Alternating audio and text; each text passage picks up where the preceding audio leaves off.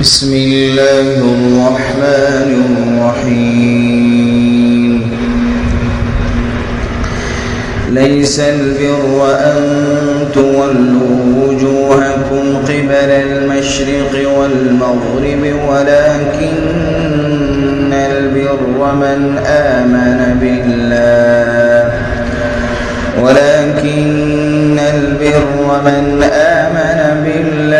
واليوم الآخر والملائكة والكتاب والنبيين وآتى المال على حبه ذوي القربى واليتامى والمساكين وابن السبيل والسائلين وفي الرقاب وأقام الصلاة وآتى الزكاة والموفون بعهدهم إذا عاهدوا والصابرين في البأساء والضراء وحين البأس أولئك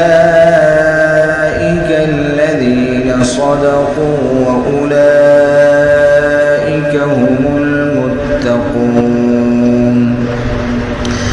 يا أيها الذين آمنوا كتب عليكم القصاص في القتلى الحر بالحر والعبد بالعبد والأنثى بالأنثى فمن عفي له من أخيه شيء فاتباع بالمعروف وأداء إليه بإحسان ذلك تخفيف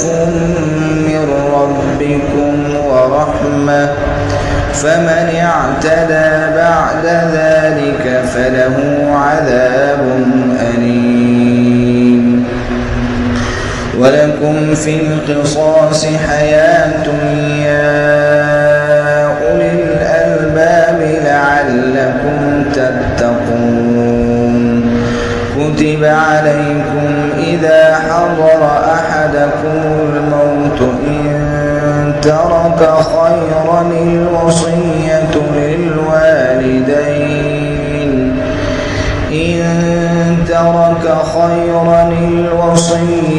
للوالدين والأقربين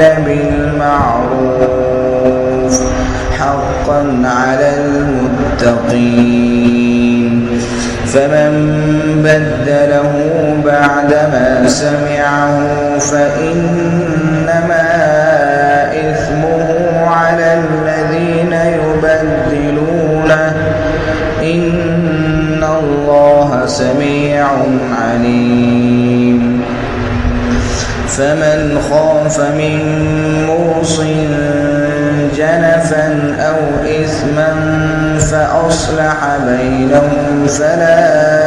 إثم عليه إن الله غفور رحيم. يا أيها الذين آمنوا كتب عليكم الصيام كما كتب على الذين من قبلكم لعلكم تتقون أياما معدودات. فمن كان منكم مريضا أو على سفر فعدة من أيام أخر وعلى الذين يطيقونه فدية طعام مسكين فمن تطوع خيرا فهو خير له وأن تصوموا خير لكم إن كنتم تعلمون. شهر رمضان الذي أنزل فيه القرآن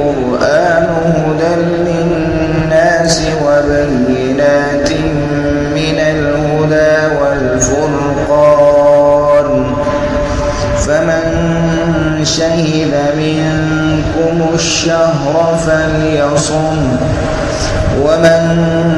كان مريضا أو على سفر فعدة من أيام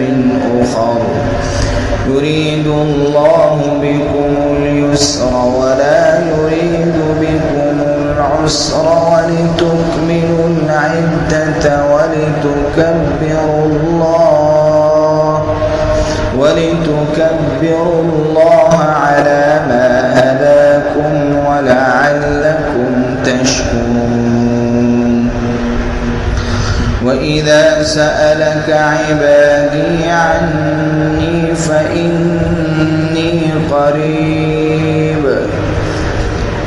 أجيب دعوة الداع إذا دعان فليستجيبوا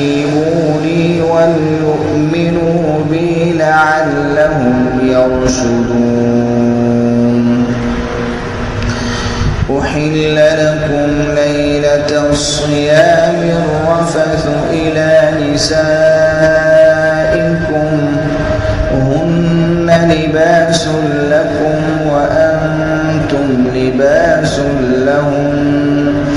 علم الله أنكم كنتم تختانون أنفسكم فتاب عليكم وعفى عنكم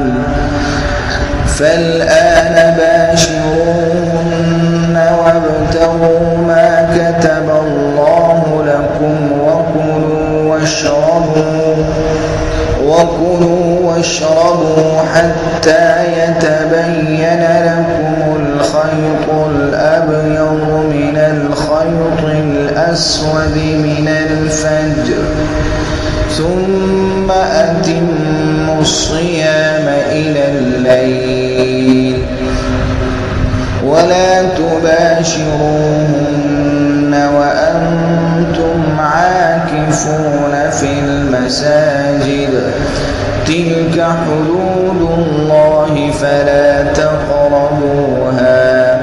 كذلك يبين الله آياته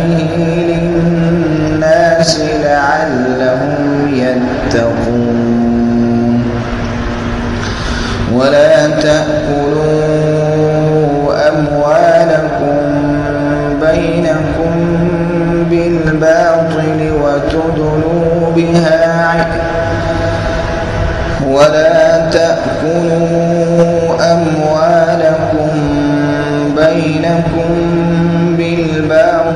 وتدلوا بها إلى الحكام لتأكلوا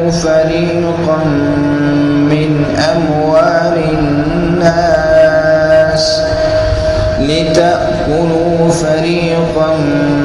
من أموال الناس بالإثم وأنتم تعلمون. يسألونك عن الأهلة قل هي مواقيت للناس والحج وليس البر بأن تأتوا البيوت من ظهورها ولكن البر من اتقى وأتوا البيوت من أبوابها واتقوا الله لعلكم تفلحون. وقاتلوا في سبيل الله الذين يقاتلونكم ولا تعتدوا إن الله لا يحب المعتدين. واقتلوهم حيث ثقفتموهم وأخرجوهم من حيث أخرجوكم والفتنة أشد من القتل ولا تقاتلوهم عند المسجد الحرام حتى يقاتلوكم فيه فإن قاتلوكم فاقتلوهم كذلك جزاء الكافرين فإن انتهوا فإن الله غفور رحيم وقاتلوهم حتى لا تكون فتنة ويكون الدين لله فإن انتهوا فلا عدوان إلا على الظالمين الشهر الحرام بالشهر الحرام والحرمات قصاص فمن اعتدى عليكم فاعتدوا عليه بمثل ما اعتدى عليكم واتقوا الله واعلموا أن الله مع المتقين وأنفقوا في سبيل الله ولا تلقوا بأيديكم إلى التهلكة وأحسنوا إن الله يحب المحسنين وأتموا الحج والعمرة لله فإن أحصرتم فما استيسر من الهدي ولا تحلقوا رؤوسكم حتى يبلغ الهدي محله فمن كان منكم مريضا أو به أذى من رأسه ففدية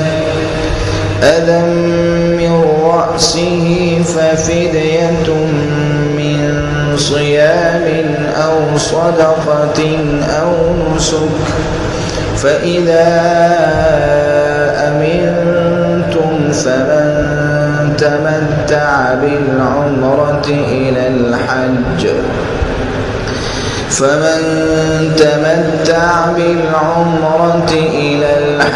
فما استيسر من الهدي فمن لم يجد فصيام 3 أيام في الحج و7 إذا رجعتم تلك 10 كاملة ذلك لمن لم يكن أهله